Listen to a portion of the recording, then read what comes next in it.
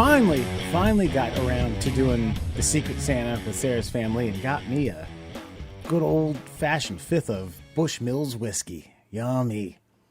You are wildly late to that party. I mean, we're talking a month and 2 days. Well, yeah, it was COVID restricted. Someone caught it, and then someone's kids caught it, and then it gets to be a thing where someone throws out a date and it doesn't happen, and then everyone just throws their hands up. Says, "Well, man, I did my part. I tried. I'm done. Christmas is over. Fuck you." And it's like, yeah, I'm sitting here on a $25 Yeti koozie that I got someone that I barely talked to. I'm delivering this goddamn thing. Someone's getting their fucking hands on this. Somebody's going to keep their beverage warm and/or cold. God damn it. Or just keep it and just be like, I got you this Yeti thing, but you never came by to get it. So I just, I got used to it, and now it's just mine. Well, here's the thing with that. I actually did buy myself a standard 12-ounce one, and the gift is for the taller, skinnier seltzer water ones. I don't drink those too often, so it might collect some dust around here. But by seltzer water, do you happen to mean something along these lines? Just like that. Yeah. Oh, you shouldn't have, Wes. You got my 6-pack? Merry Christmas, buddy. Merry Christmas. Oh. Yeah, but I haven't had the pleasure of... How much was it? Hold on. I just have to know. 1, how much was the Yeti thing? And 2, are they actually worth it? $25, and they're a bit cumbersome. So, it's the engineering of it it's tough to, you're not going to fit it anywhere other than inside of a cooler when you bring it. You're not going to put it in your pocket like a natural, a flimsy koozie. You're going to have to beat this thing with a sledgehammer probably 30 times to get some dents out of it. So there's pros and cons in terms of keeping a drink or a beer or a 12-ounce beverage cold. Yeah, it sure does. Sure does. I was going to say, I had a Yeti water bottle and it was top notch. Mm-hmm. Yeah. Yeah. I've always felt like the koozie was too cumbersome, like Wes said. Like, it's just, no. If I want a koozie, I don't want to have like an extra 3 inches of fucking steel all around my fucking you know what I mean? Yeah. And I'm usually, at this point, like, I'm past my craft beer drinking stage, so there's most likely like a Bud Heavy in it. I don't need a $30 koozie for that. Well, you know what I mean? It just seems like overkill. The idea of it was, so my Secret Santa was her brother's girlfriend who boats a lot. So I thought, okay, when she's out, it's a perfect opportunity. I was looking for one. I don't remember the company's name. You can put the koozie onto a flat surface and it suctions, and you almost have to gale force winds had to come by to blow this thing over. And it's good for boaters, especially if you're driving. Just put that puppy down because, you got to drink when you're boating, especially when you're driving. And, it's ideal for that. I made the mistake of going to a Bass Pro Shop about 3 or 4 days before Christmas. Oof. God, it was just no bueno. No bueno. I'm glad 'tis the season. I'm glad it's over. I finally got it out of the way. I didn't know what her brother was going to get me, but yeah. I did have a fifth of Bushmills lingering around as a gift for getting my project management certification, my PMP, from a coworker. And so I was like, well, what does he drink? He enjoys whiskeys if he's doing booze or liquor. Well, what type does he like? And she said, I don't know. He likes them all. I don't think I've come across one that he's like, I don't like that stuff. And so she just pointed one out that happened to be on in our liquor cabinet. So yeah, usually it's beer, but tonight you guys are going to get a special treat. Nice and sauced up, Wesley. Yeah, I know. I was going to say we're going to get a special treat in about 45 minutes. By the way, the next time I'll tell you what, when the Middle Classholes finally does a show all together in one room, no Zoom, I say we all go in on like a bottle, like a real bottle. Like, so, we can afford like $75 each, go for like a damn near $200 bottle of whiskey that we'll never drink again. Oh, yeah. So, okay. I have no problems with investing in that moment. I have no problems in terms of investing in a bottle. I would like to come to some sort of consensus on what that's going to be. We don't have to figure it out now, but listen, my vote would be whiskey. But Alan, are you a whiskey or bourbon drinker? Yeah, I'll drink bourbon. I've been drinking tequilas recently. Okay. I'm getting snobby with like fancy tequilas. So yeah, I mean it's been enjoyable, but I'll drink just about anything. That would have been my number 2 if we get like our hands on a good agave tequila, put that on the rocks with a spot like a lime wedge in there. Man, that make for some good recording. Yeah, but there's some status to a good brown liquor. There's some status attached to that, like a whistle pig or or one of the Winkles. You know what I'm saying? You're not going to get you said $75 each? I'm just saying, like something that's a whistle pig for you can get a whistle pig. You can get a whistle pig cheaper than that, actually. Yeah, but okay, can you get a $150 bottle of whistle pig? Yeah. I didn't know they made. I got my buddy for it might have been a housewarming or it might have been something. I got him it was like a 8-year, I think, and it was like or 8 or 10 year, and it was like $85. Okay. So yeah, we could get like probably like a 15, something like that. That'd be nice. So when are we doing? I got a guy in the liquor industry. My buddy's over at the DU football show. We'll give them a buzz. We'll be like, look, we need like a $150 to $250 bottle. Does that math that up? Yeah. $150 to $250 bottle of booze in these categories, and they'll hook us up. Okay. Yeah. For sure. Something where we can drink steady for an hour and a half to 2 hours and be right where we want to be. I think I even got a better idea if you want to throw a loop into this. Okay, we'll get a hotspot, a mobile hotspot. We'll put a laptop on the dash. I'll plug in like a USB interface with some sort of like small mixer and mics and handheld mics and headphones, and we'll drive while we do it. That sounds like high school. Let's do it. We got to get those koozies that just suction to the fucking dash so that our shits don't fall. There it is. I like it. No, realistically, tell me when you guys want to do this. I'll clear out some space, or Christ, maybe when COVID's finally gone, another 2, 3, 4 years, 5, maybe a decade from now, we'll be able to pull it off. So maybe one day when the fucking New World Order elite fucking cabal government takes over the world, then we could probably get together, maybe, right? Or not. Yeah, once JFK Jr. finally steps on his throne and all these mandates just sporadically just wash away, yeah, I bet you drinking and driving at that point will be completely legal. We won't even be edgy anymore. That's right. We don't have to look over our shoulder, wait for cops, things like that. I don't know. Or one of us just gets rich and buys out a studio, and this becomes our full-time gig. God, that'll be great. That's the dream, to win the lottery and then blow it all on this podcast. Yep. Hire a bunch of people like MC Hammer. Didn't he have like 50, 60 people to his crew?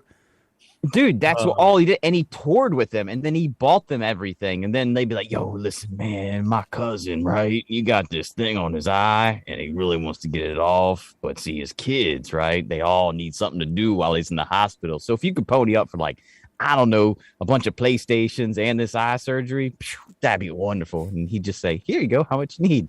$50,000. The problem is you can do that. Like Eddie Murphy did that, but Eddie Murphy was making Eddie Murphy money and has continued to do so.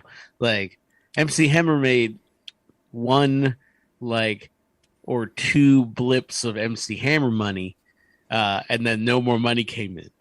So he was just the problem. The strategy was all wrong. You know what I mean? No shot.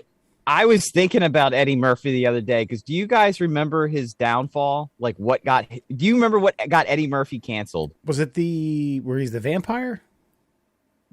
No, what? No, I don't know. The vampire movie. I just thought maybe that was one. Just that it was such a bust that Hollywood was like, "We're done with you." No, I think that was the Blade movies, and that was Wesley Snipes, and he was evading taxes based on sovereign citizen rules. Listen, you're not going to out Bowfinger me, okay? There's a movie where Eddie Murphy plays a vampire. Go on, but I know what you're talking about, but go ahead. No, Eddie Murphy got canceled because apparently he picked up like a transsexual hooker. Wow. Yeah. And it was just like, I was just giving her a ride home. And they were like, sure, Eddie. Wink, wink. She happens to be a lady of the night with a penis, and you were just giving her, wink, wink, a ride home. Thing is, imagine now Eddie Murphy was taking home a transsexual person of the night. Like, it would be the person trying to cancel Eddie Murphy would be the person getting canceled for being insensitive to transgender rights. Take a peek at this. By the way, it's Vampire in Brooklyn. I know, that'd be wild now. Yeah, it might be. I was gonna say I think it's Vampire in some fucking American city.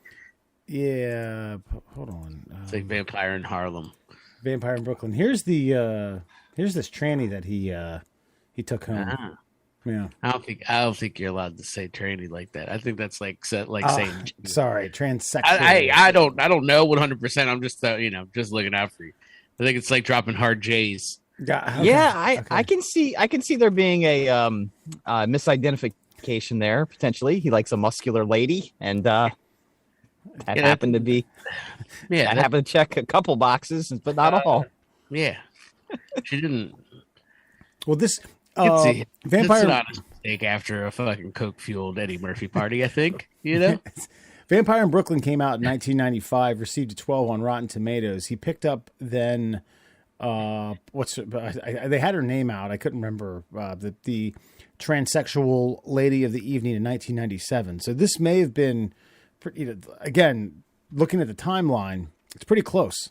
It's pretty close. And he may have sandwiched in the second Nutty Professor or the third in between there, right?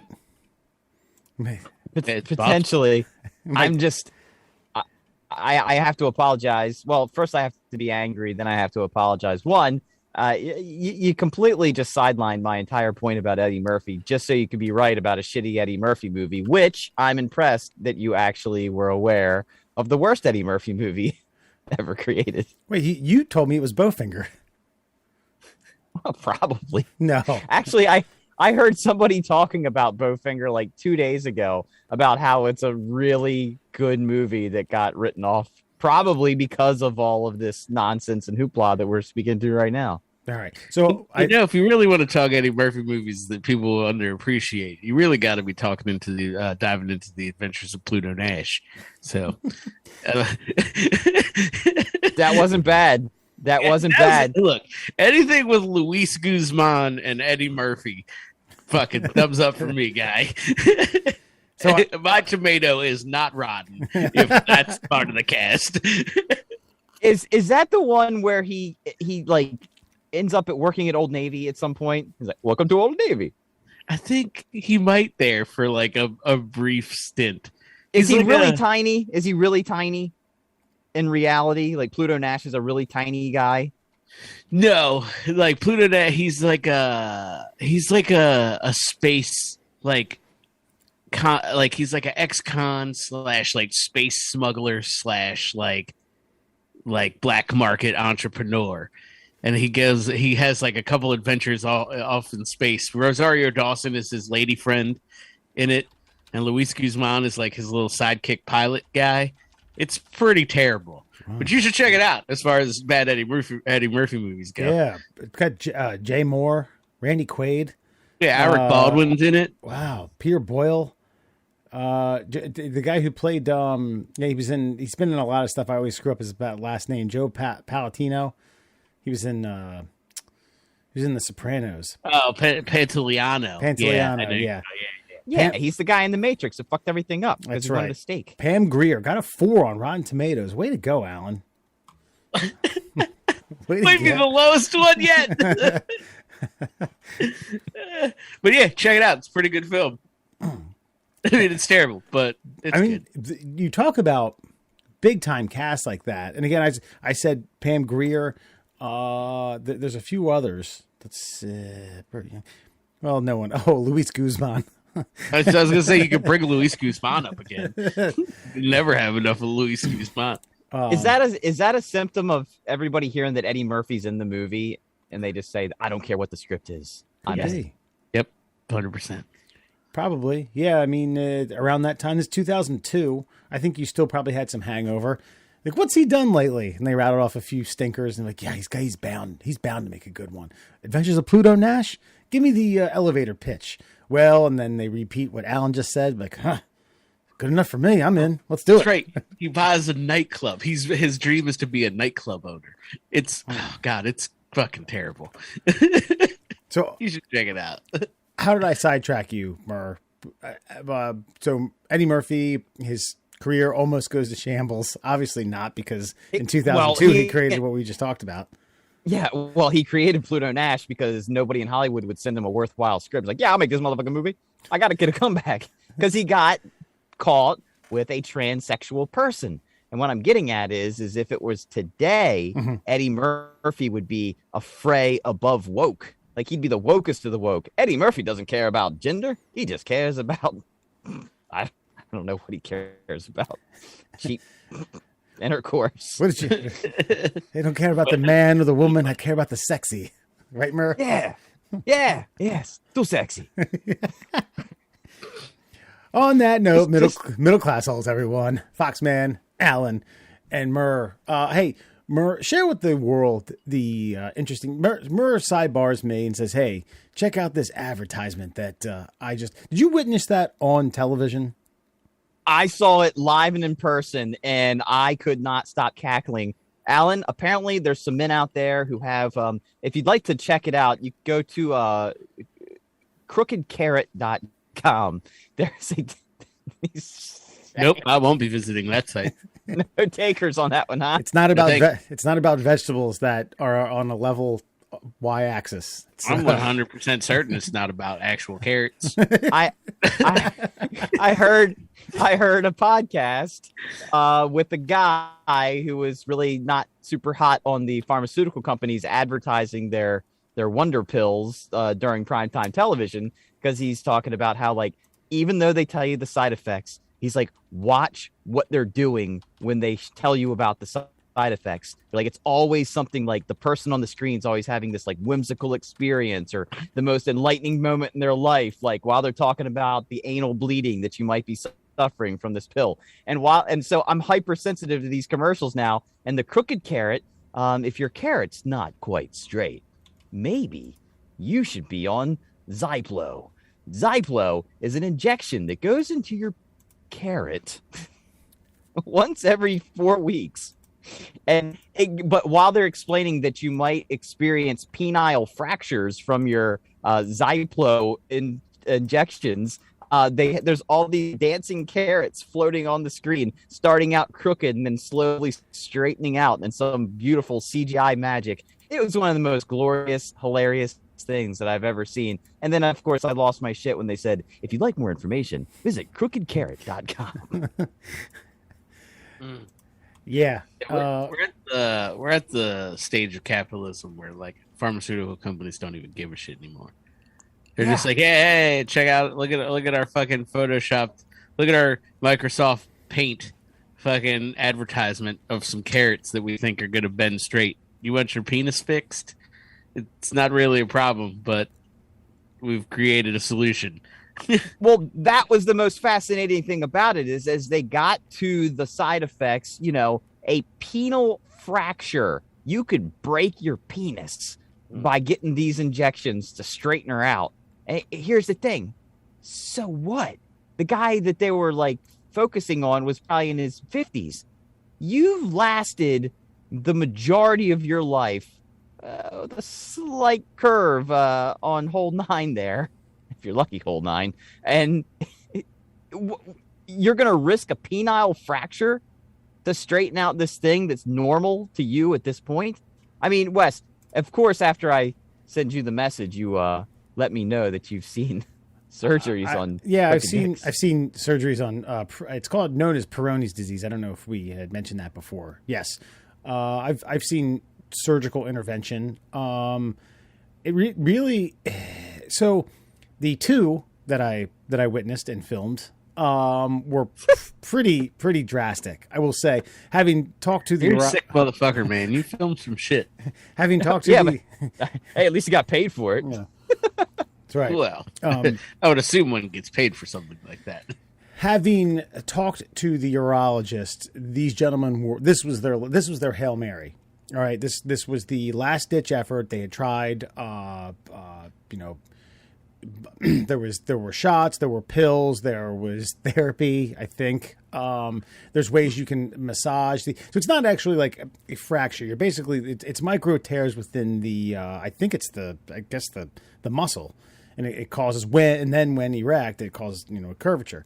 So, and I would advise anyone who is opting or at least kicking the tires on getting this, don't watch any educational videos on YouTube as to what's going to happen to you. Just talk to your doctor, ask if it can be fixed, see if insurance will cover some of it, and then go do it. If that's what you want to do.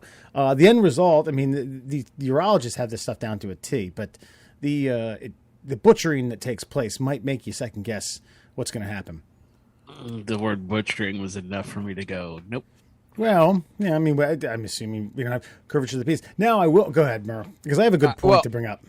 No, that I was more of I was going to ask you to. I'm going to start bending my finger, and I'd like you to say stop when I get to the point of surgical intervention that you witnessed. Okay.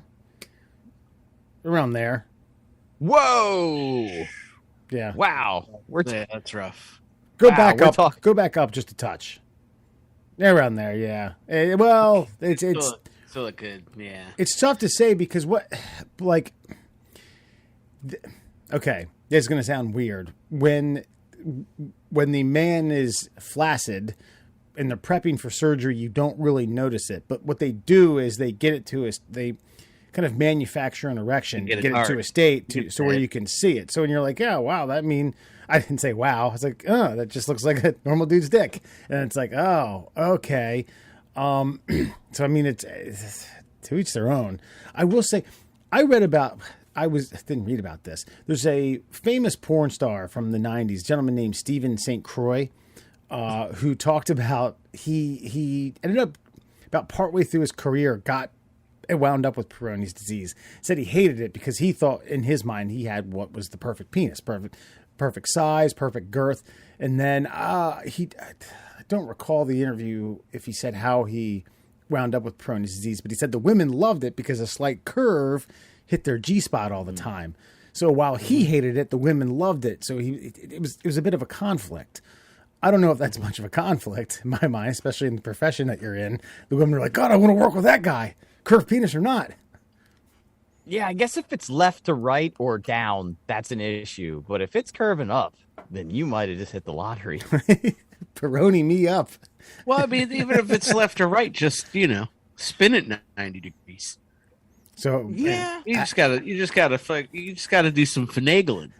They've got like ceiling mounted hardware that you could probably use to get into certain positions to affect the change that you need. Mm-hmm. So yeah, I think guys are really overthinking it. No, they are, because I mean, I think the real solution is like, you get with that special lady and you just say, does this bother you? And if she says no, then there's no problem. Or you have her stand around the corner. And what you do is you just go like you go into like a hallway and you position her around the corner, whichever way you go. So we make a left or a right hand hallway, and you just give it all go, give it a twist. Right.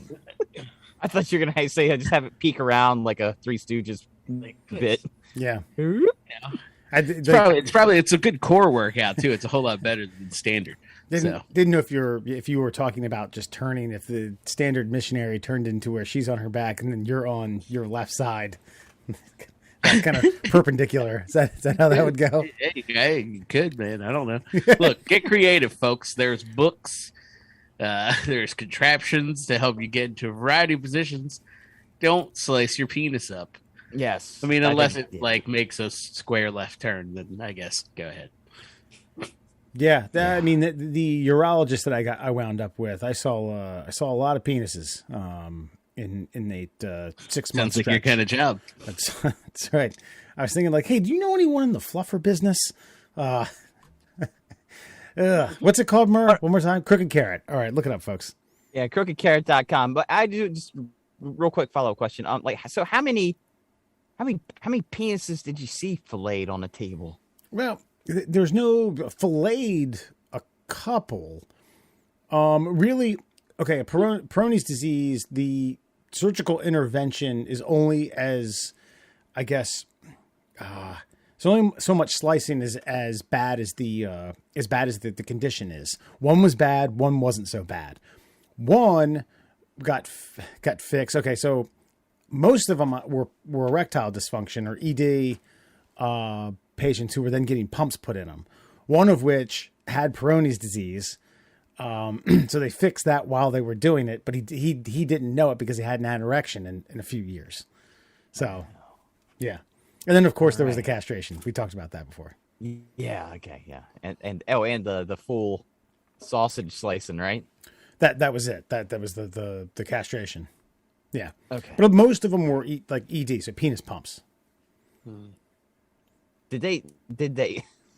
Okay. Come I think on. I might be done with this. Hit me with it. What do you got? Okay. How did it? It's Was like it a Reebok, bro. So I was gonna ask, is it was like a manual pump? Did they remove a ball and then just like replace it with like a underneath your scrotum would be a reservoir ball that had like a saline / saltwater solution. Okay.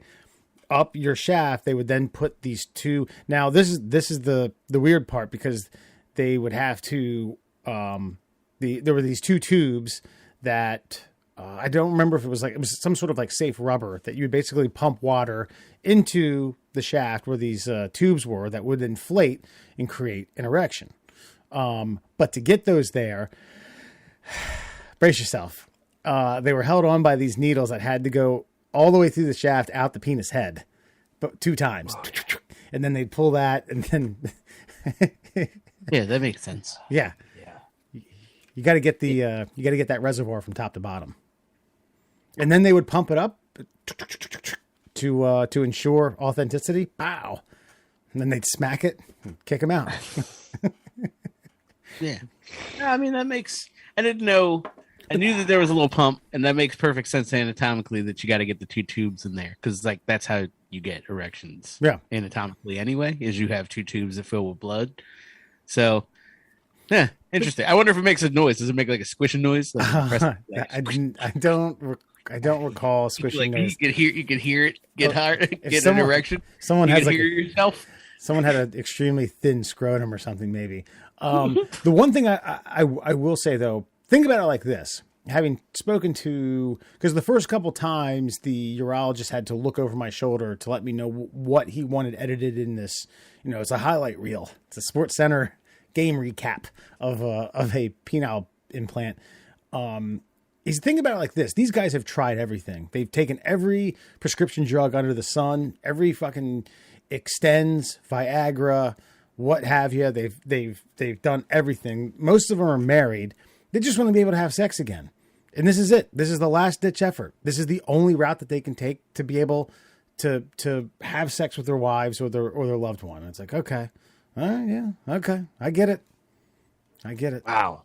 Man, I just feel like with a job like that, you should be retired by now. He may be. I don't know. I saw him out eating dinner once. I was with a group of people, and he had some fucking young dime piece with him. Oh, you saw one of your patients? No, the doctor. Oh, yeah. Oh, well, I'm sure. Yeah, I mean, he was probably early 40s, and I think she was like 21, 22. I was very discreet. I said, hey, Doc, how you doing? Oh, hey, Wes. Well, you know what this guy does? She's like, how do you know that shit bag? If you're the penis mechanic, yeah, I think you pretty much, yeah, you get to pick whatever you want. Oh yeah. I'm gonna refrain from hospital use, but at a hospital like that, a major hospital, yeah, you're reeling it in. All right, I don't know. Hey, this was posted on the official Middle Classholes Facebook page. Ladies and gentlemen, we got monkeys on the loose in Pennsylvania, Danville, PA, to be exact. A tractor trailer holding about 1,000, and was it Cynomolgus? Who cares? Cynomolgus. Little monkeys, midget monkeys. They're like little teeny tiny. They look like the capuchin monkeys, but they don't have the faces and shit. They're just all little brown evil monkeys. Traveling through the state of Pennsylvania on Interstate 80, they get into a crash. Okay, I don't think the stock image that they used was legitimate. I just think that's a tractor trailer that has been flipped upside down or whatever. But apparently, the weird thing about this article says that there was only one that was unaccounted for. The first time I heard it, I heard 4. So there's anywhere between 1 and 4 monkeys have been unaccounted for somewhere in the PA wild. So they're doing their best outbreak impersonation, a la Cuba Gooding Jr. and Dustin Hoffman. Monkeys, they're probably fornicating, spreading disease all throughout Pennsylvania. Your thoughts on this travesty and tragedy? Do the monkeys die in the winter here, or do they get captured and brought back to the lab where they were going to die, presumably? I don't think they get captured and taken back. I mean, I think maybe they either get captured, but I don't think they die, because monkeys are resourceful. They'll find a way. They'll find a place. They'll find warmth. This is just, if you told me, if a pandemic starts from this, man, like, have they told us what the monkeys have? No, so I think they were going to be tested on. So these are, again, I think healthy monkeys that don't have anything. I don't think they were injected on something, tested, and then being transported somewhere else.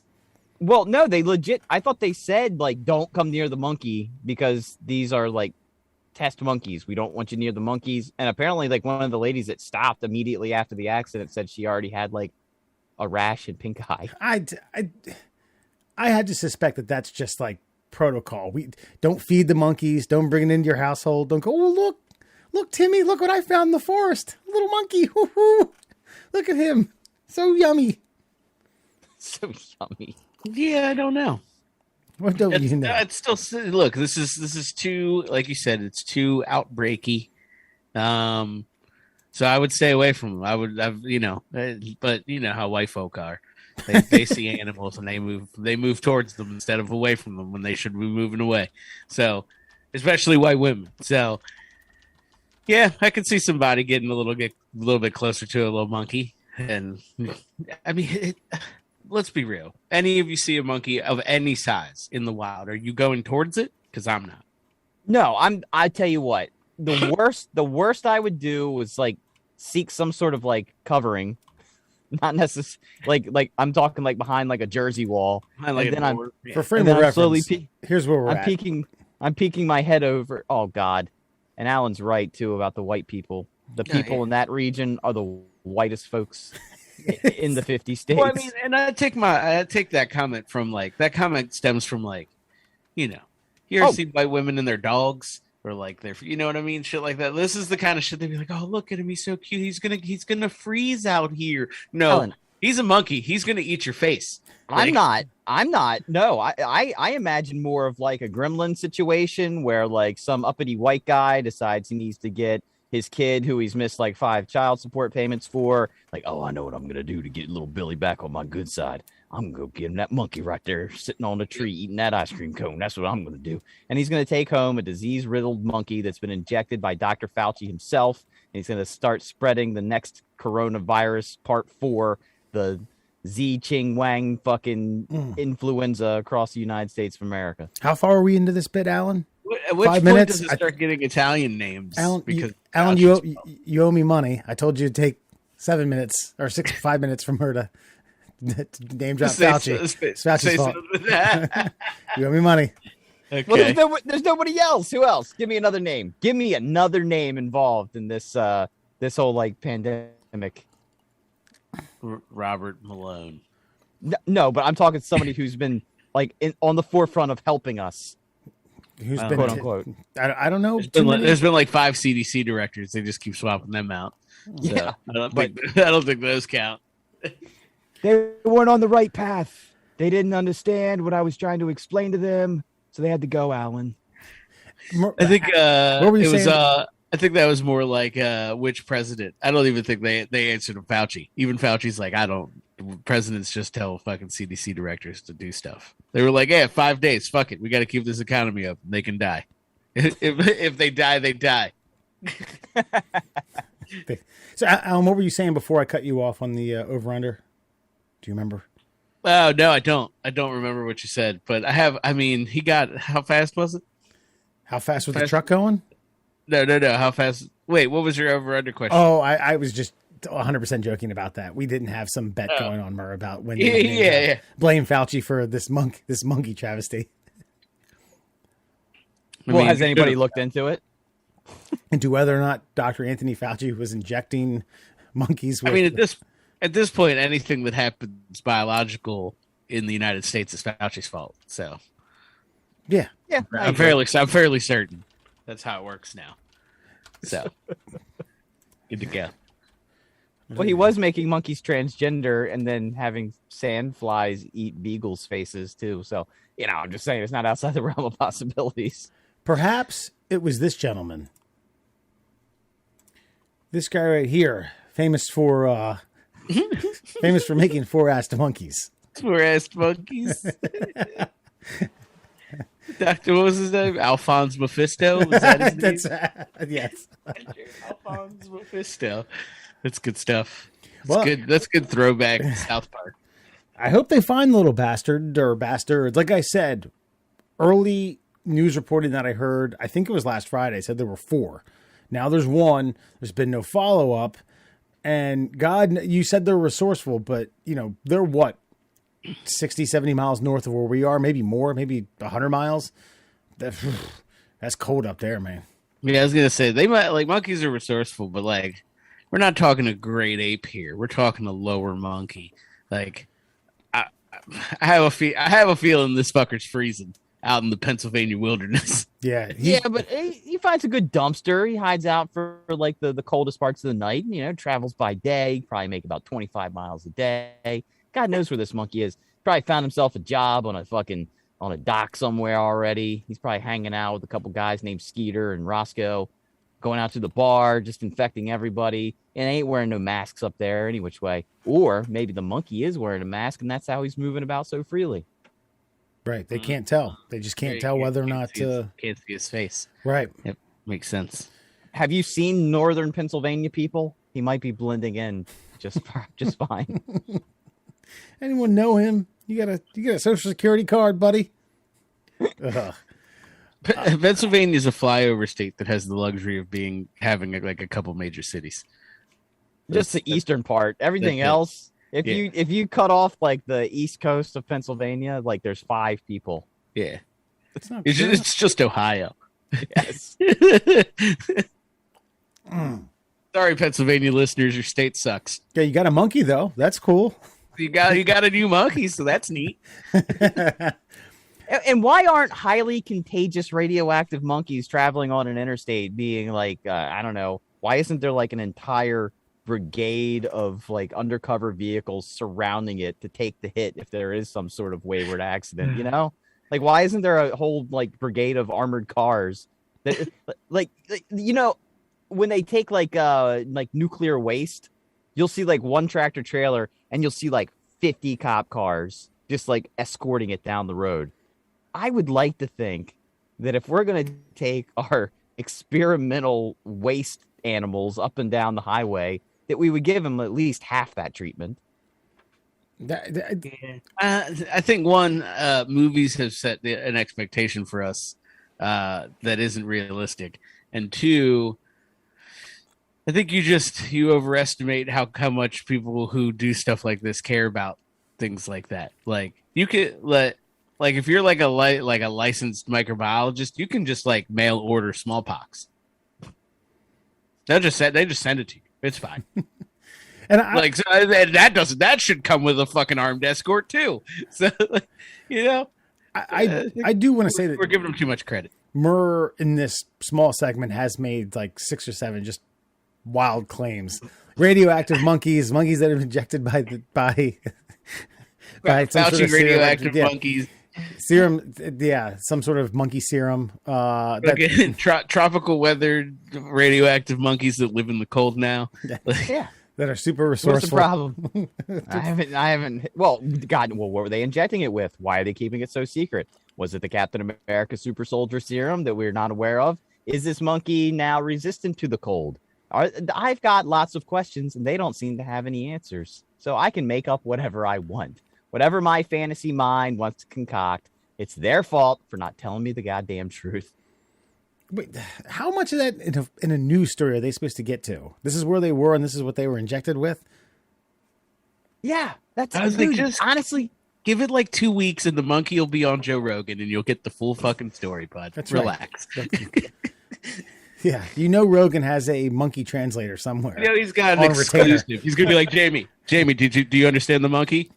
Yeah. Okay. Cool. Like it's just a lot of that going on. He keeps saying he's going to throw poop on you, and he wants to do DMT. Well, that'd be fucking neat. Yes, and that's how one gets their face eaten by a monkey. Right.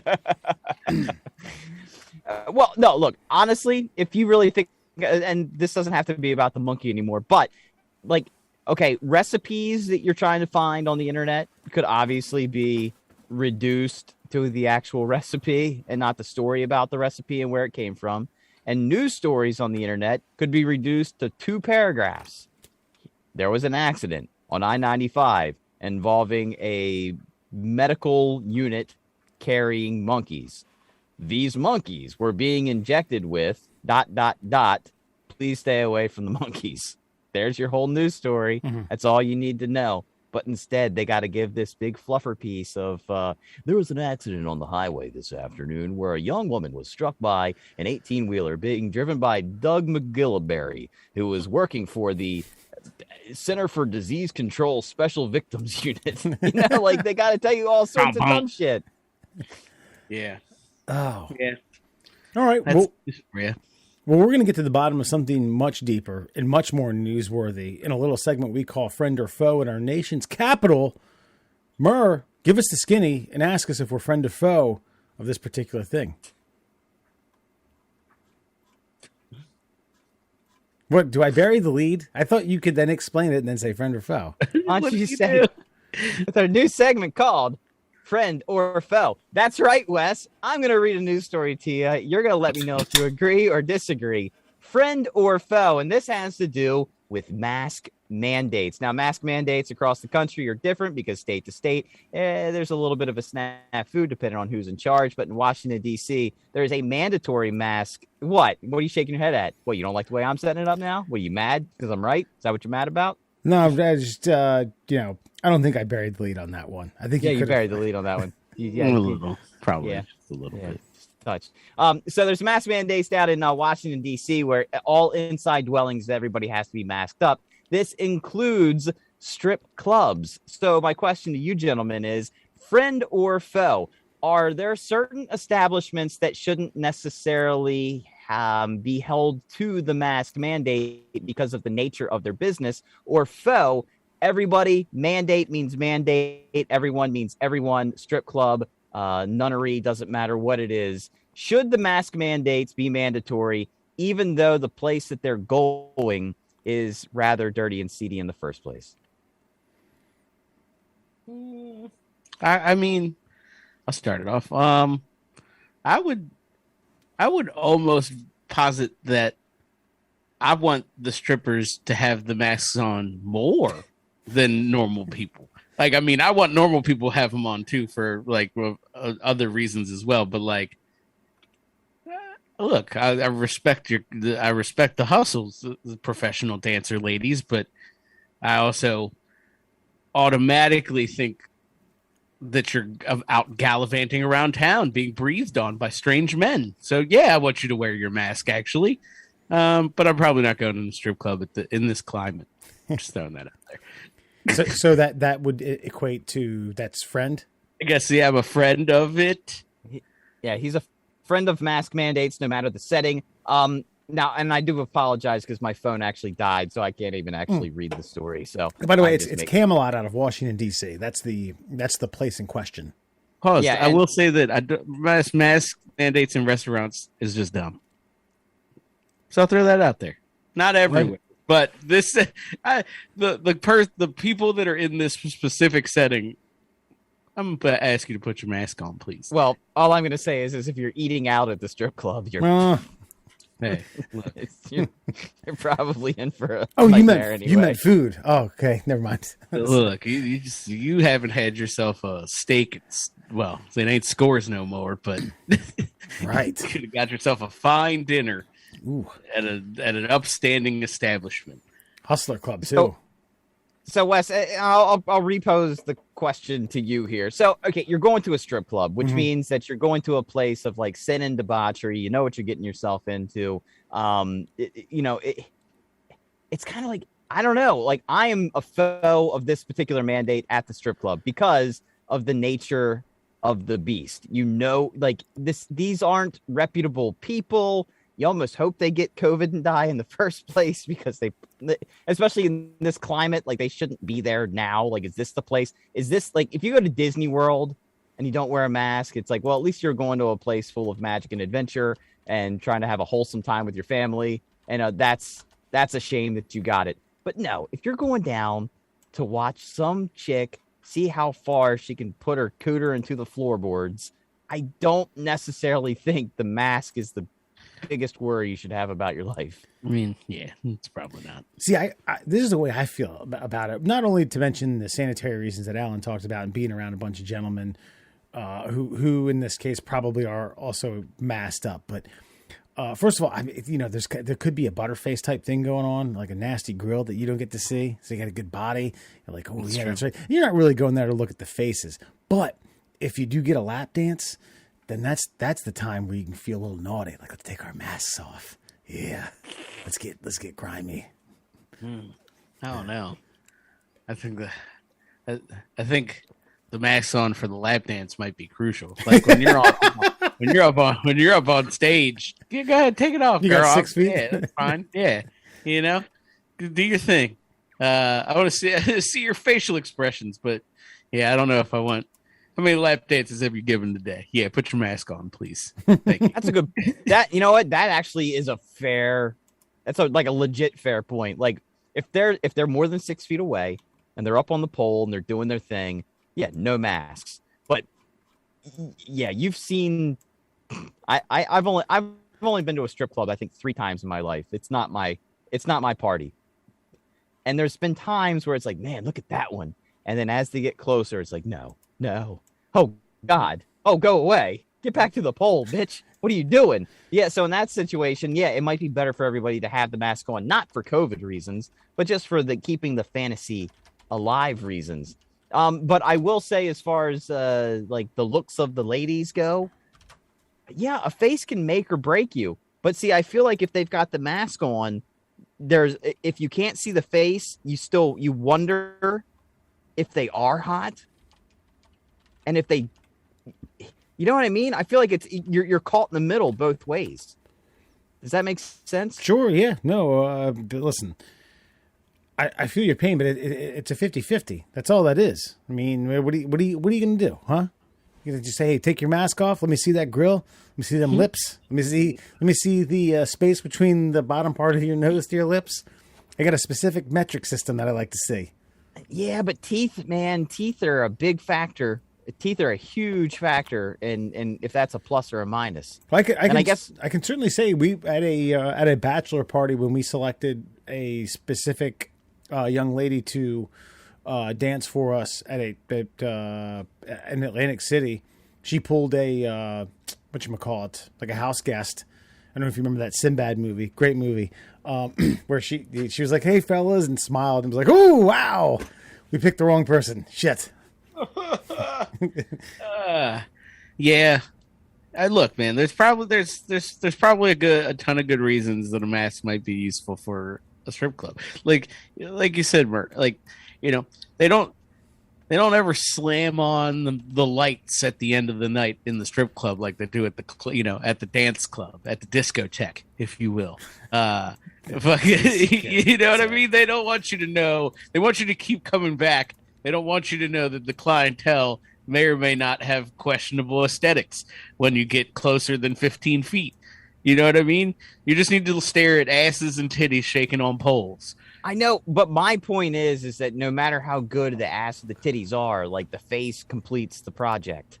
And so, there's some chicks that they're like okay, if the mask is on, a 1 becomes a 5, but if the mask is on, a 10 becomes a 5.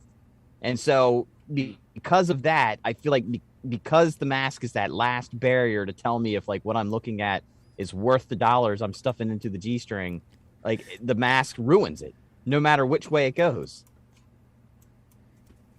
Well, okay. Depends upon the mask too. I'll give you that. You're like a fake grill mask, you know. I don't know, man. I don't know that a 10's dropping to a 5 with the mask. Like, I mean, a 10 might drop to like an 8, you know, or something like that. Maybe a 9 if she's got like a big ass forehead or something, you know, I mean, something that like above the mask that would really disqualify it, like knock points off.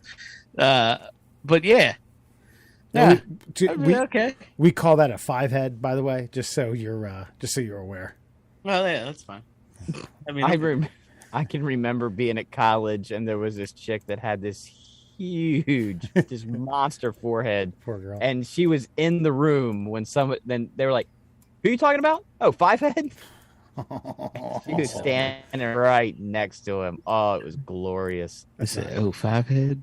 It's so funny. That's I mean, not it's nice. not. It's rude. It's terrible. That's terrible. It's terrible. All right, that is friend or foe. That is fend or foe. Fend for yourself. Moving on, we have OMG. Take it away. All right, my friends, it is time to get some knowledge in your brains. It's officially time for Fun Fact Friday. OMG Facts being brought to you by the Shin Splints Recovery Group. If you're a runner or a jogger or just a generally out-of-shape person who doesn't move about too well and you have some pain below the knee and above the ankle, visit the Shin Splints Recovery Group on Facebook. Let's get to it. 5 fun facts for you fuckers on a Friday. Did you know a goldfish named Tish lived to be 43 years old, making it the oldest goldfish ever? 43. Jesus, that has to be the record by a landslide. 43 fucking years old? Yeah, and I wish I knew more about Tish the fish who lived to be 43. Like how big did it get? I had a goldfish. We had a goldfish. My boy had a goldfish, and I got him to 2 years before he died, and he was about the size of my palm. And I don't know why, but I loved that fucking fish. But to get to 43, I mean, that's how old do they get? Well, here's I think goldfish can live for like a long time. This year's Tish the goldfish. It's already got glaucoma and a few other things going on. I was trying to look up standard life or life expectancy of a goldfish. Let me check that out. Alan, what do you think about it? Did you know that? Did I know what? That they got huge? That it was that huge? That was the hugest one? No, I did not. No. I know they get huge though. The oldest. Oldest? Had nothing to do with his weight. No, I did not know that. Nope, just didn't know. Got me on that one. End of thought. But see, I don't even know how to look that up because life expectancy. It says goldfishes have a lifespan of about 10 to 15 years. So I don't know if us humans just, don't take care of them properly. Are these wild? Some varieties living up to 30 years when provided with proper care. Unfortunately, many goldfish do not reach their lifespan potential due to inadequate housing conditions. Housing needs to meet both their behavior and psychological needs. Psychological? These things are morons. It's like, how need does a goldfish have? Fish. Like there's certain fish that people can get and like they'll top out because they only got them in like a 75-gallon tank in a house, but if you put it in like a fucking aquarium tank, it would get to the size of like a Buick. It's one of those kind of things. Okay. Yeah, but I mean that doesn't seem to have anything to do with their lifespan, unfortunately. Because the picture that Wes showed of Tish, it looked like she was the size of a regular goldfish. Just, I mean, like the eyes look like they were gonna pop out of its fucking skull.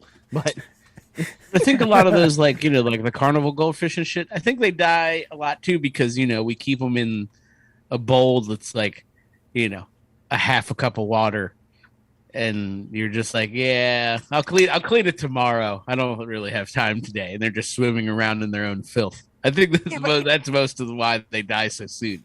Well, they're lucky to live as long as they do anyway, because where's a goldfish going to thrive in the wild in this era that we live in now? Where are you gonna throw like an inch and a half fish into a pond and it's gonna fucking live for 40 fucking years? Ain't happening. They're lucky to get the 4 months that they get in my house.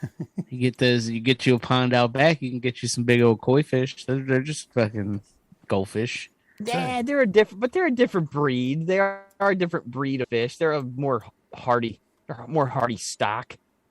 Just the average regular ass goldfish. Like, where is that thing in the wild? It's just it's the same argument I make for people that like get mad at like chicken farming. It's like I would say 98% of all chickens would not live ever if we didn't eat them. They get 3 good years. They're lucky for that. Yeah. So apparently the common goldfish is the ancestor of the Prussian carp. Ooh. So it's a form of domesticated wild carp and a close relative of the koi. So carp. Any kind of carp. Yeah. Basically. Well, good for him. Lasted 43 years. That's where you find them in the wild, and you go carp fishing. No, where you find them in the wild is at a fucking carnies stand. That's where you find them in the wild. Via a well-placed ping pong ball. Yeah. You find them in the wild in a bag. Did you know grapes explode when you put them in the microwave? No, I did not. Doesn't everything explode? Enough pressure and time? No, I mean, well, no. I guess it just depends on if there's like a casing and there's moisture inside. Yeah, that's what I would think. I'd like to know. I'm curious. No, I didn't know that. I'm curious how long. I'd like to do a little science experiment. Little Mr. Wizard upstairs. 15 seconds. Yeah. No, next one. That 60. sounds like a good TikTok material. Yeah. Do you have grapes? I think we do, actually. Because I do. I know I have grapes upstairs. Yeah, I usually have green grapes in the house. Is your son going to be miffed if half of them go missing? No, unlike you, I'm not going to do 15 seconds. I'm just going to do 5 minutes until the fucker explodes. Yeah. I want to see what its exact breaking point is. Yeah, I'll just stop the clock like as soon as it explodes, and as soon as it explodes. Yeah. Okay. Well. Do this. Timer on the microwave will tell you. You have to do a legit science experiment. So let's just say you put it on for 5 minutes, and let's say it bursts at name a time, 34 seconds. Okay. Sure. Okay. Then you need to set it next time for 34, and see if it does it at that moment. No, or I just set it for 5 minutes again, and if it gets to 35. Then I know that there's a little bit of a window there. Maybe the next one will be 33. I don't have to set it for any specified amount of time. Okay, set them all for 5 minutes and figure out what the average is when 10 burst. Okay. And then don't clean it up, and then tell Maria it wasn't you. That's what I was going to say. The only problem is Maria will explode at the fault of me putting a grape in the microwave to see how long it'll take to explode. Well, you never know. After 10 trial runs, you could have grape jam. And that's just really saving you a trip to the store. Yeah, maybe some wine. Yeah. I don't know how that would work, but sure. Yeah, wine. Did you know? I think we've actually discovered this fact in last year's calendar. But tiger shark embryos fight each other in their mother's womb. The survivor is born. I think we did talk about this. So they eat them, right? Yeah. Yeah, they had like multiple tiger shark mamas. Their eggs can be fertilized by multiple tiger shark papas. Yeah. So they get gangbanged by multiple tiger sharks, and then all the offspring actually fight inside her vagina. One of them until they live. Her vagina. I'm gonna have to go back and look to see if I told the same joke, last year. But the first thing that comes to mind is humans. It's like, oh, is that your baby kicking? Yeah, he's kicking. Tiger sharks are like, oh, is that them kicking in there? No, that's them eating each other. Fuck you. Nobody's kicking. Cannibalism's happening. My babies are inside me. But that's awesome. That's a hardy species right there. If you're going like tooth to death in the womb, then you got a good chance if you're the survivor coming out the other side. Yeah, there was a series on I don't know if it's Nat Geo or Discovery, but it was big cats, and three different biologists covered lions, cheetahs, and leopards, and a very specific group: a pack, one leopard, one cheetah. But get to this point where a llama is giving birth, the baby falls out, then immediately is about to get attacked and gets up and runs away. And the biologist is narrating this and then like turns to the camera and is like, imagine that. The first second you're alive, you have to get up and run away from a lion. God, this is worse. These inside, they're not even alive. Inside of a womb, they have to fucking start eating each other. But they are alive. Okay, Ooh, well, yeah. I mean, does the clock start ticking upon, actual birth? Oh man, this is a question for the Texas state legislature, I guess. That's a good point. Yeah, right. So I don't know if we're going to answer that on the middle class holes. I believe their beloved Bible says at first breath, but who are we to argue, right?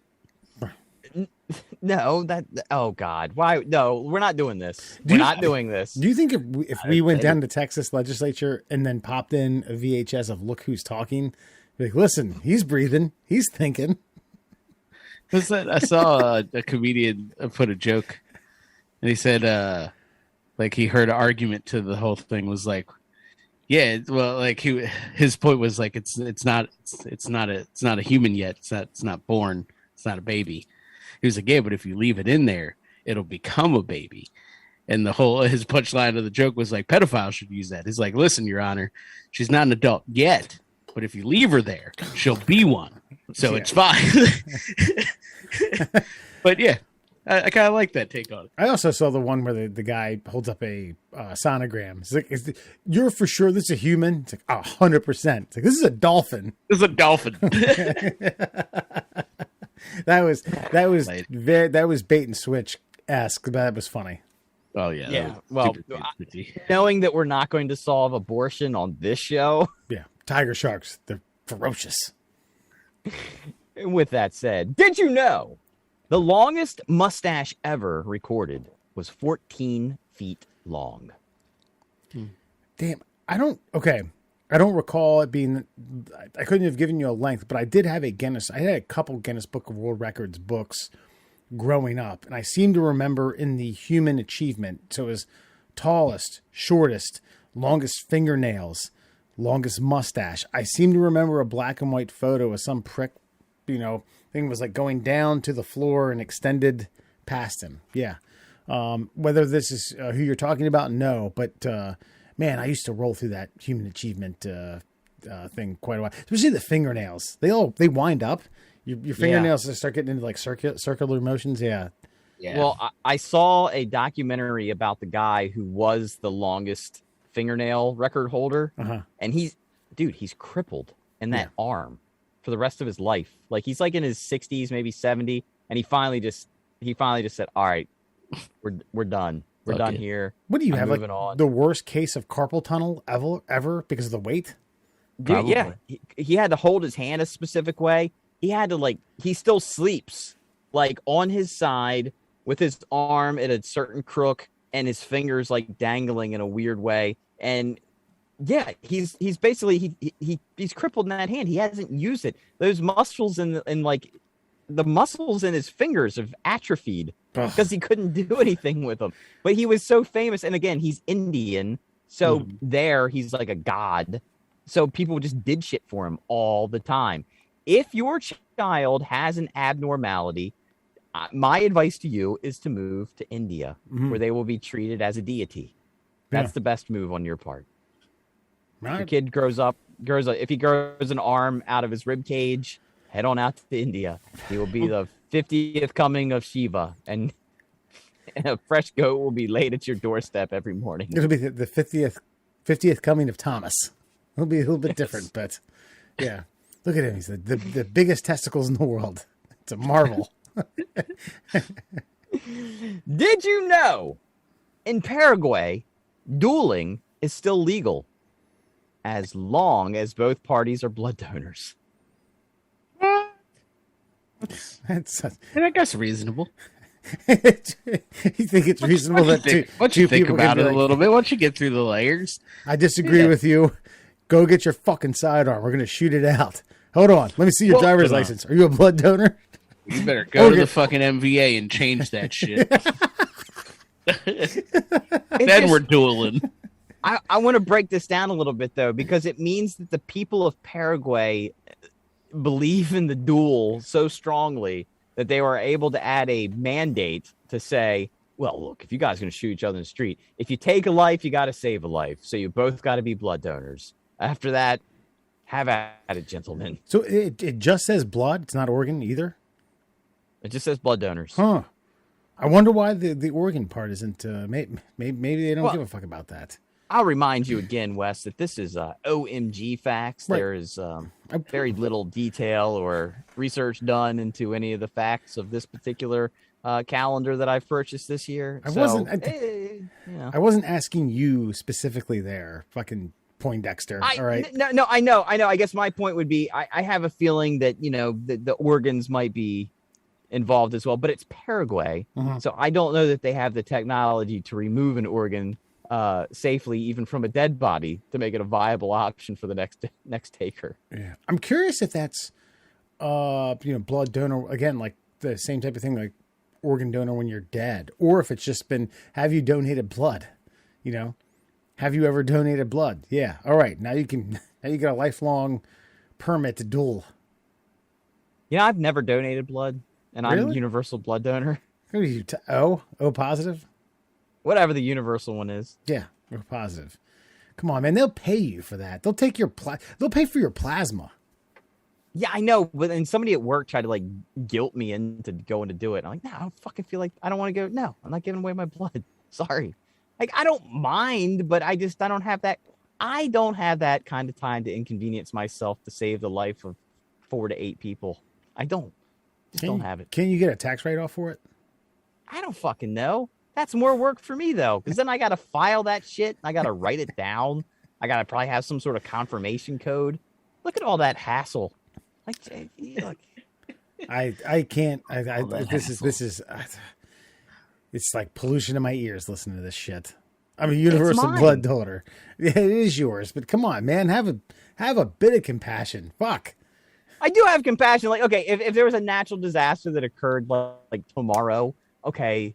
If they pulled the truck up to my front door and were like, hey, just lay on your couch, we'll do it here, then yeah, I'll do it. But if you tell me I got to go down to some fucking hospital that smells like fucking tongue depressors, freshly minted, and some chick's gonna stab me 4 times in the arm because you missed my vein, nah, I'm not doing that shit. My man said if a whole medical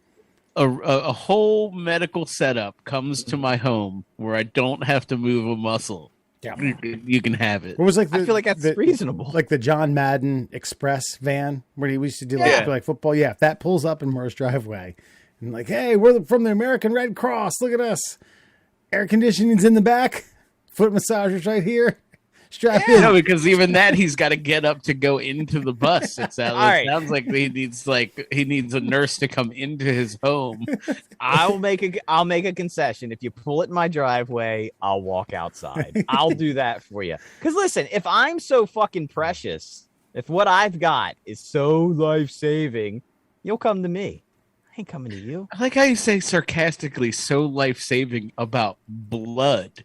It's not like you were if that fucking type of marijuana is so life-saving, you could kind of casually brush that off. Blood, it saves lives. Yeah. Yeah, then come get it.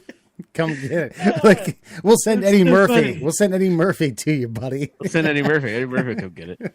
Seriously, come get it. You want it? I got it. Come get it. I'm not going. What an inconvenience. What an inconvenience. Now, okay, let's meet halfway. If there were that service, but it wasn't door-to-door salesman, but you signed up, you set the appointment and said, you know what, come here. Would you set the appointment up, or will you say, I don't know, I got to pick my fucking phone up and dial a 1-800 number and talk to a fucking operator who's a fucking rude anyway. I don't want to do that. Okay, all right. Are we putting the cash incentive back on the table? What? Like they hand you fucking money when they're done? Yeah. No. No. Okay, well, I mean, then we're inconveniencing me again. I'm saying I won the genetic lottery. Yeah. Okay. Yeah. Looks like it. I was like, look, nobody said your blood's top notch, sir. It's just useful. It's not better than other blood. Apparently it is. Hey, A's and B's. You want some of me? Come on, come and get it. I ain't coming to you. I don't mean to sound so dickish, but I feel like the more people press me on it, I'm like, no, like come I will give it away, but I'm not going to go give it. I mean, look, I'm ridiculing you, and I haven't donated blood since like high school. So yeah, it's been quite some time. I mean, I would. So. I've got no problem with it. I just haven't. I haven't found myself in a situation where I've been like, no, I'm gonna go donate blood today. I'm also a pussy. Like when it comes to like the phlebotomy stuff, like I'm very vaginal, but I will honestly pass out. Like I'll wake up and be fine. I don't know what it is. There's some like every time I've gotten a tattoo, gone. I got to get smelling salts to come around, but I've let them finish. I always like if I pass out, just keep going. They're like, we're technically like that's illegal. We can't do that. Yeah, you can't do that. When I worked at the high school in Wilmington for a couple of years, and you had to do it as part of the contractual agreement. Oh man, they used to give you nutter butters with milk. Oh God, what a treat! Milk. What a treat! Especially when you're a pint of blood down, your taste buds like spark up. I don't know what it is. It's like on drugs. Oh, dude. Or something. When I got done with the camera in my asshole, like they gave me graham crackers and cranberry juice. Oh my God. Not even down a pint of blood, just the camera up your hoo-hoo. Yeah, man. Like I don't know what it was. Maybe like the anesthesia like wakes up your taste buds like that. I'm talking like that graham cracker was like an orgasm in my mouth. Not a man's orgasm per se. Like, gotcha. A little sweeter. That, my friends, is your Fun Fact Friday. Oh, right. Well, that was a good one. All right. Not really. I thought they were pretty shitty facts. All right, That wasn't terrible. Damn it. Did I throw it away? I remember what the damn stats were. Anyway, I don't give a shit. I feel so naked without my phone because, like, my phone is where I go for all the information, and because I'm bad at clicking around on the goddamn computer screen. All right. well, I'm gonna jot this down.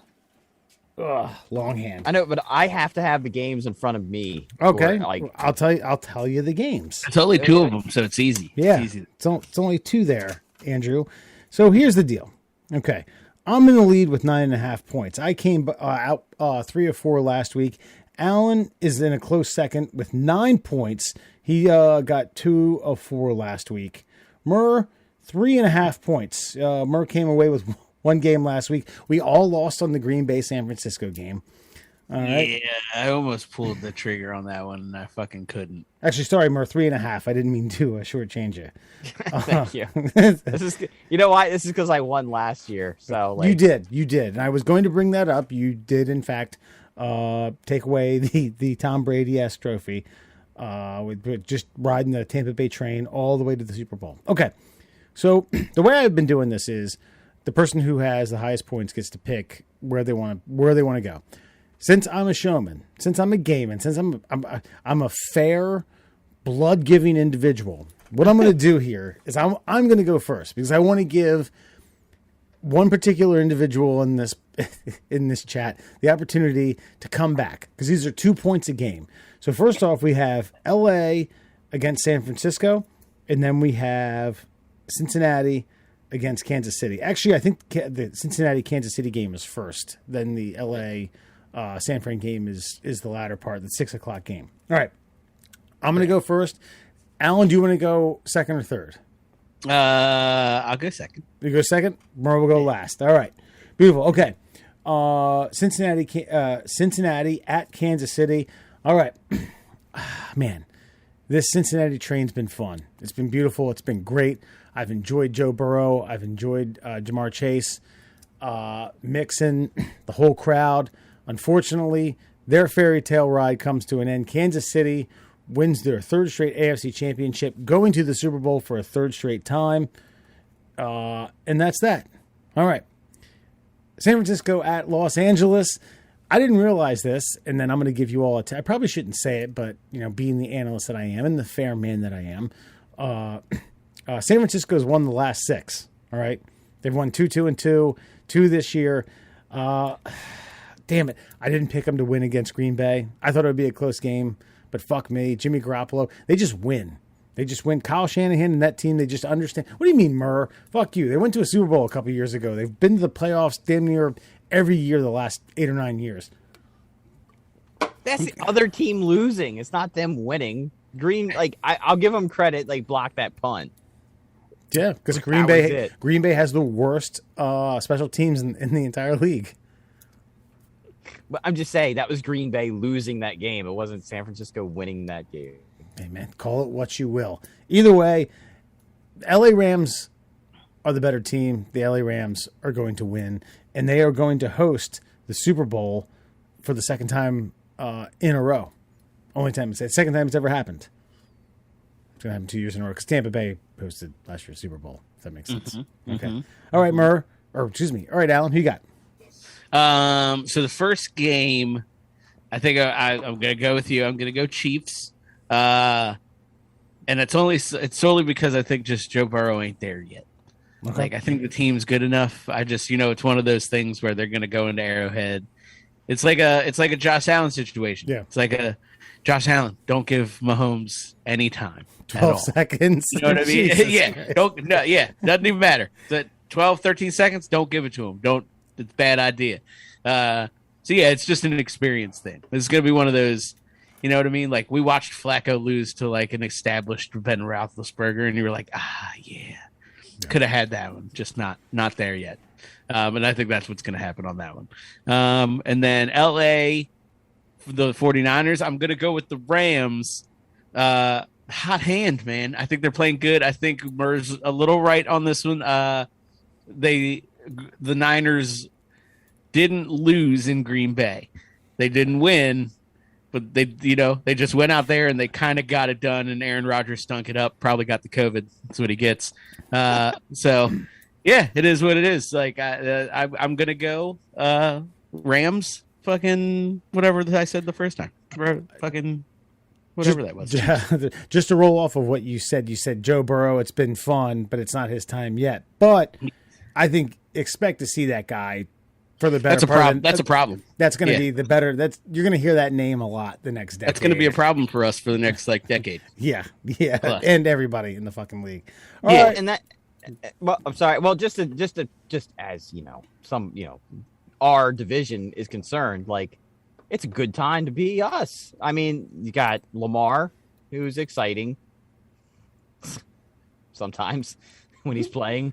We'll see who the Steelers get. But then you've got come on, Cleveland. He's in every goddamn commercial. It's on TV. Old insurance commercial. Yeah, Baker Mayfield. Yeah, but you got Baker and you got Burrow, man. That's fun. That's fun. Especially now that I'm older and I don't have this instant hatred just for every team that's not mine. It's fun. It's fun to watch, and we get to watch these guys for another 10 to 12 years. That's good. Yeah, and you boiled it talk about Roethlisberger retiring. It was kind of he announced his retirement today. It was kind of bittersweet. I was like, damn, I'm not gonna miss that guy. Damn, I'm gonna miss that guy. Fuck, I'm gonna miss getting fucking riled up for that game.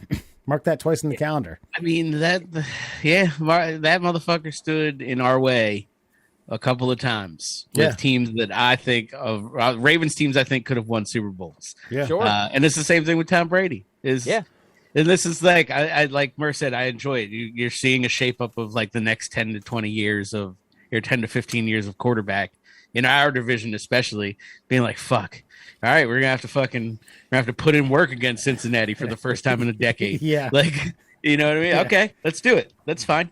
And I know we're not trying to pine on all this, but that's the anomaly of Tom Brady, though. Is man, I can't wait for that guy to fucking retire. And now it's Man, don't retire, man. I like watching it too much. You got 2 more Yeah, years now, left. now you're not in my way. Yeah. Get the fuck out of here.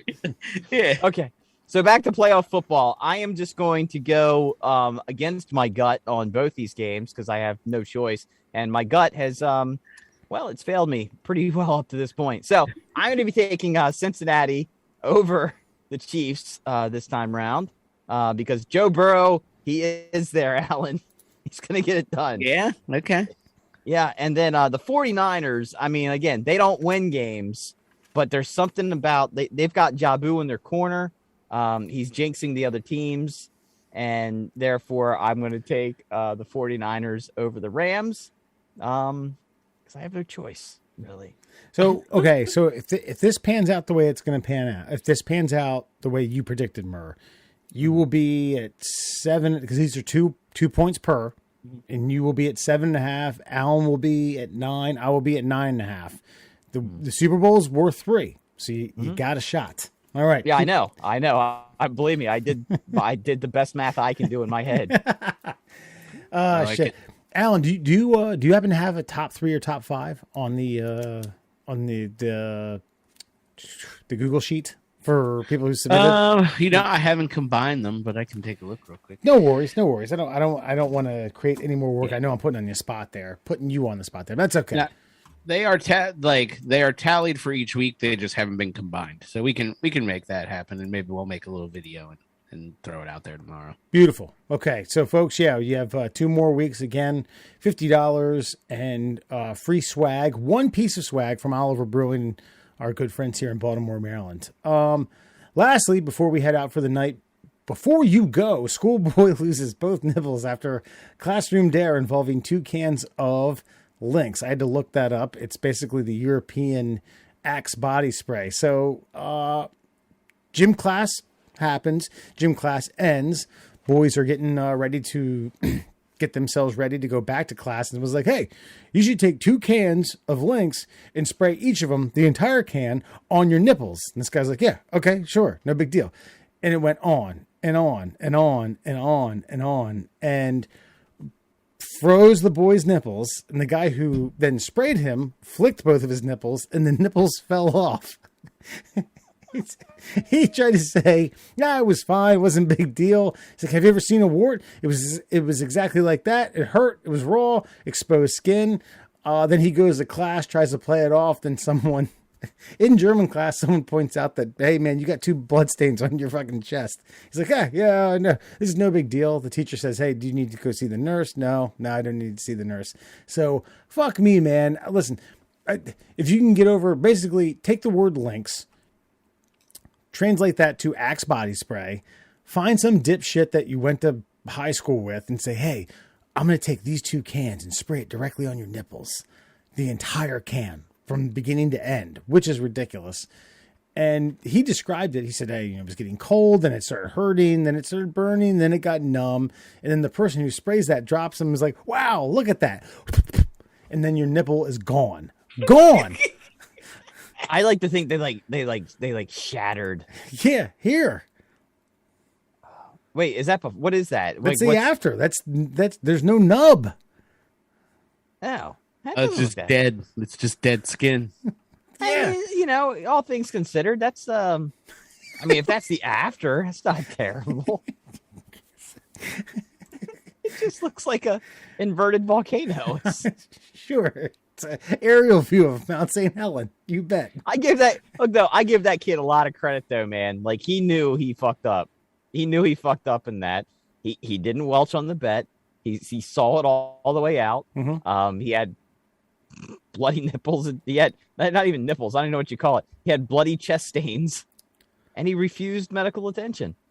Based on the stupidity of his actions, he took the right path by denying any kind of salve or any kind of anything to make himself feel better. He denied all of it, which is what you're supposed to do when you do something that stupid.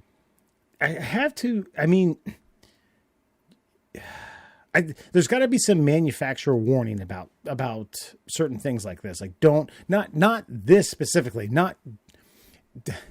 Hey, no, quote, but this is how. The logic you're on. Yeah. The logic you're on is wrong, because that's why you see dumb warning labels on things, because everyone knows inherently that you shouldn't empty 2 aerosol cans onto a part of your body. I get that. My point that I was going to get to before you rudely interrupted me, you type O bastard, was that I don't care what warnings you put on there. There can't be. There's no test. This is it. This here is the case study on nipples that have had an entire can dumped on it. That's it. There's been no warning. No manufacturer, no scientist, no biologist. I don't know. Whoever manufactured this fucking thing was like, we tested it on a variety of nipples and everything stood up to par. It's good to go. That never happened. And here you go, some fucking schoolboy prank like, hey man, you should dump an entire one on your nipples. And then some bloke, because this was in Europe, from the back was like, hey, I got another one. Hey, you got 2 nipples? Yeah, we're going to do 2 cans. No big deal. So the question is, do you want to get our legal team on this and see if there is a case, since there was no warning that an entire can would dissolve your nipples into a... No, because what's your only legal ground? Because it's quote unquote, it's made to be like antiperspirant, because it could be sprayed over your nipples and your chest and your armpits. I would say that there's no timer or release mechanism that limits how much comes out at one go, and so I didn't know I was supposed to take my finger off the button. I thought it was a one-use can. Yeah, but I think I think fucking laugh you out of court, bro. Yeah, and I also think that the directions say spray in your underarms, so therefore, like, it's like you're not gonna. I don't know about Zax or Lynx. Zax or Lynx. Yeah, you're right. There could have been less of a direction plot on there. No, it baffles me. I'd also like to check this clown's diet. I don't know. Maybe he had some unsturdy nipples. Maybe these things were ready to go prior to this. Just need a little encouragement. He's got weak nipples. Is that what we're saying? I think so, maybe. I don't know, man. I mean, I don't know what constitutes as a weak or pussy nipple, but this is up there. It's probably one that falls off when you spray it with fucking, an entire can of Lynx. Basically. Yeah. Well, on a positive note, apparently all the girls in the school unconsciously flocked to him because he smelled amazing. I was going to say, now, we spoke earlier about Peyronie's disease. Now, when this kid starts to get sexually active, do you think this might be a hang-up? Do you think this might be like, with some young lady who's like, oh, man, let me feel your chest. What the hell is this? Oh, yeah, about that. Don't worry about that. We're still going to have sex, right? No. He ain't got no nipples. This is one of those, like, he's like, I'm like a Ken doll, but not in the normal way. Like, it's not the fucking downstairs portion. It's the upstairs portion. It's just fucking nipples. I think it'll be all right. I mean, it'll be nice and smooth, like, there's no braille there. That might be positive at the end of the day. But I do want to know, do nipples grow back? Ooh, God. I don't think so. Yeah. And that's just deductive reasoning from what happens when, like, ladies get boob jobs and then they make, like, nipples, and sometimes nipples just get butchered. If you go to, like, one of them Dominican Republic fucking, yeah, or plastic surgeons. Yes, I don't think they do. I don't think they come back. I think that this is very much not a lizard's tail situation. Yeah, no, I mean, I guess I don't expect them to, like, it's like it's like a fraction of your previous nub, probably. No, I remember, I don't know, when I was in my teens and we were at a pool, and, like, we were diving, and I remember I wanted to see if I could dive all the way, like, go head first down and then dive all the way to the bottom of it and come back up. And I remember I got too close to the sun, man. I got all the way down to where, like, my chest, like, scraped against the bottom of the pool, and I rubbed, like, the top titty portion off my nipple. And I came up and I had, like, these like 2 fucking like abrasions on just the tips, which is the worst thing that could have ever happened. He could have grazed the entire nipple and it would have been less painful. But again, my nipples are fine. They healed and came back. I mean, will his nipples at least repair themselves in some capacity and still be nipply? No, I don't think so. Yeah, I think Once you're you take them off, they're gone. Yeah, you might get some semblance of like a fraction of a stub, something that you might get like a callus or like a cauliflower ear-esque type thing, Yeah, that's what I was gonna say. I think it's just scar tissue. Like you're not gonna get. But I don't even think you're gonna get like a little bit of a nub. No. But just with the picture that Wes showed, like, I mean, that guy looked like he was like Arab or Indian or something, So no, I think that was a frostbit nipple. Yeah, I think it was just black from where it was like that's what I was saying. Like it's dead tissue, brother. Yeah, he got like 8 fluid ounces of highly compressed potpourri jammed into it. Well, that might be a positive for him. He'll have these nice little Hershey kisses on his pale white body for the rest of his life. I don't know. That's a story. That's a story, man. He's blonde hair and blue eyed too, and he takes his shirt off. And be like, oh, dark ass nipples, bro. This is strange. You better not have Peyronie's disease. Oh shit! All right, Alan, where can you find the Middle Classholes? On your favorite streaming platforms. You can hear us with your ear holes on Spotify, Google Podcasts, and Apple Podcasts. And, of course, on our favorite social media platforms, you can catch us as the Middle Classholes on Facebook. We are at MDL Classholes on Instagram and Twitter. And we're just the Middle Classholes on TikTok. Check us out on TikTok doing goofy shit. I'm going to just start doing some dances, I think. Please do. I'm going to embarrass myself. We need a TikTok tutorial because I will do some dumb shit. What do the kids do? Well, I want to know, is this something I should put on TikTok? This morning, I've been eating nothing but natural peanut butter because I'm on a health kick. Yep. And you have to stir the fuck out of natural peanut butter if you didn't know. So I got out my Black & Decker power drill and I wedged a spoon into it. And I turned that fucker on at 6:00 this morning, so I didn't have to try to stir that thing and like ruin an arm muscle for the rest of the day. Is that something I should put on TikTok? Yeah, absolutely. Get up on there, fucking life hack, fucking middle class whole life hack. That could be a series. Right. Middle class whole life hack. We'll wedge that in between the grifting. Are you buying natural peanut butter to aid in your digestive process? Sweet, check this out. Get your DeWalt, put a fucking soup spoon in there, give it a fucking whirl. Good to go. Middle class holes coming at you. Stop there, I made it for you. Stop eating Jif. Yeah, I like it. Yeah, we'll be all right. We'll be all right, man. We're gonna make it, man. We're gonna make it. We're gonna get a $200 bottle of fucking Jack. Yeah, right. Sorry, whiskey or bourbon, and get silly one night. Although I'll have to make a table. I don't know. Maybe it's here. Maybe it's in the house. We got 10 bottles of Jack Daniels. That's what we're gonna. I got a lot of mums. I get a whole bunch of mums. If we got a $200 bottle of Jack, it would be like a vat. It's the first barrel. Yes. We got made.